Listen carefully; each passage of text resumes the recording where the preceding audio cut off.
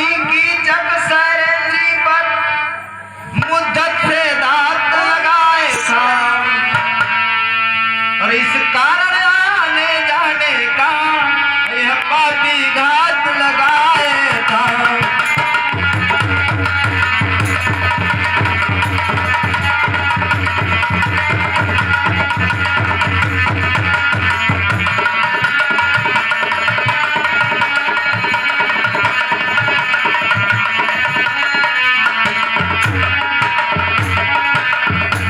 कहीं जब रानी कहने लगी, जब से शैलेंद्री आई थी तब से वो बुरी नजर से उसको देखता था, इसलिए उसके गंधर्व पतियों द्वारा हमको लगता है कि उसका वध कर दिया गया है। इसलिए वहां रात्रि में जाने की कोई जरूरत नहीं है, सुबह जो होगा वो देखा जाएगा। कि इस कारण बाहर जाओ ना, जाने में है लाभ न पाओगे, उस पापी को मरना ही है, तुम नाहक कष्ट उठाओगे। उस पापी को तो मरना ही था, इसलिए आप रात्रि के समय में बाहर न जाएं। प्रातः काल जो भी होगा वो देखा जाएगा। कि प्रातः काल जाहिर हुआ, लाश देख कहने लगे, इस प्रकार नरपाल।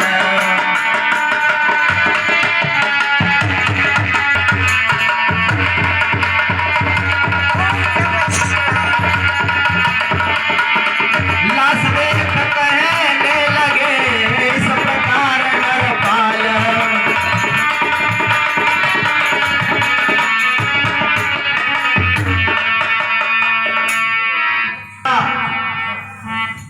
तो नगर में प्रवेश करने के लिए जो द्वार था, उसी द्वार पर कीचक की लाश पड़ी हुई है। सभी नगरवासियों ने सूचना बताई जाकर सेवकों ने, पहरेदारों ने, कि कीचक की लाश द्वारे पर पड़ी हुई है नगर के। 51 रुपया कृष्णचंद्र भगवान की।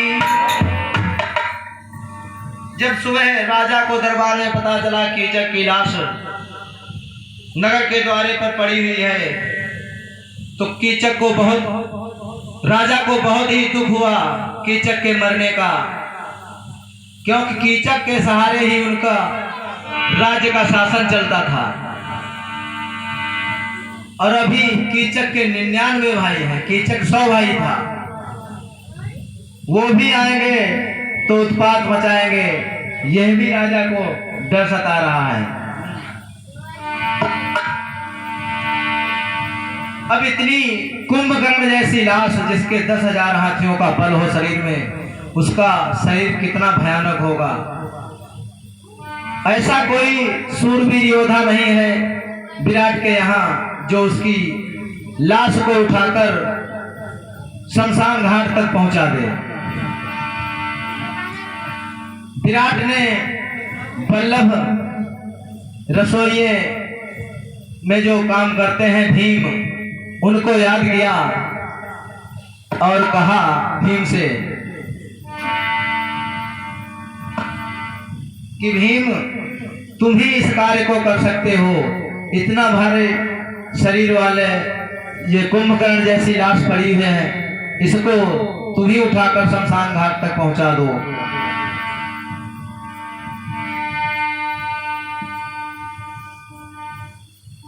किस नगरी के वीरों में भी साहस है नहीं उठाने का, किस नगरी के वीरों में भी है साहस नहीं उठाने का।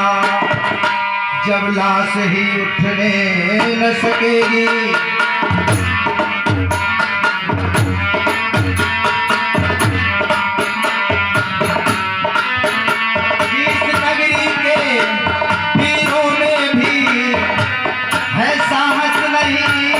उठाने का, जब लाशा ही उठने न पाएगा, क्या चर्चा करूं जलाने का, क्या चर्चा करूं जलाने का।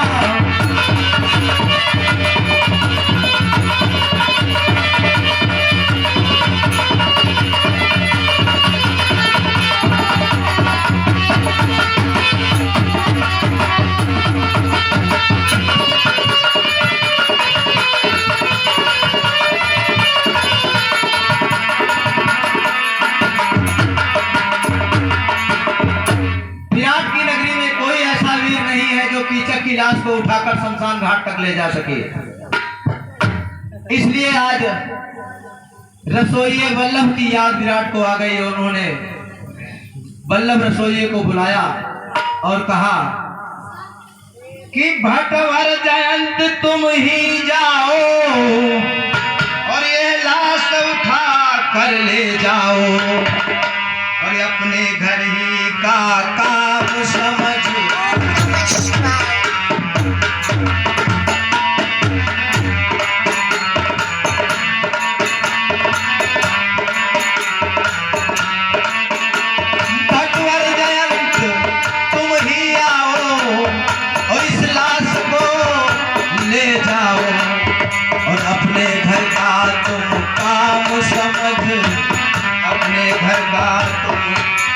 समझ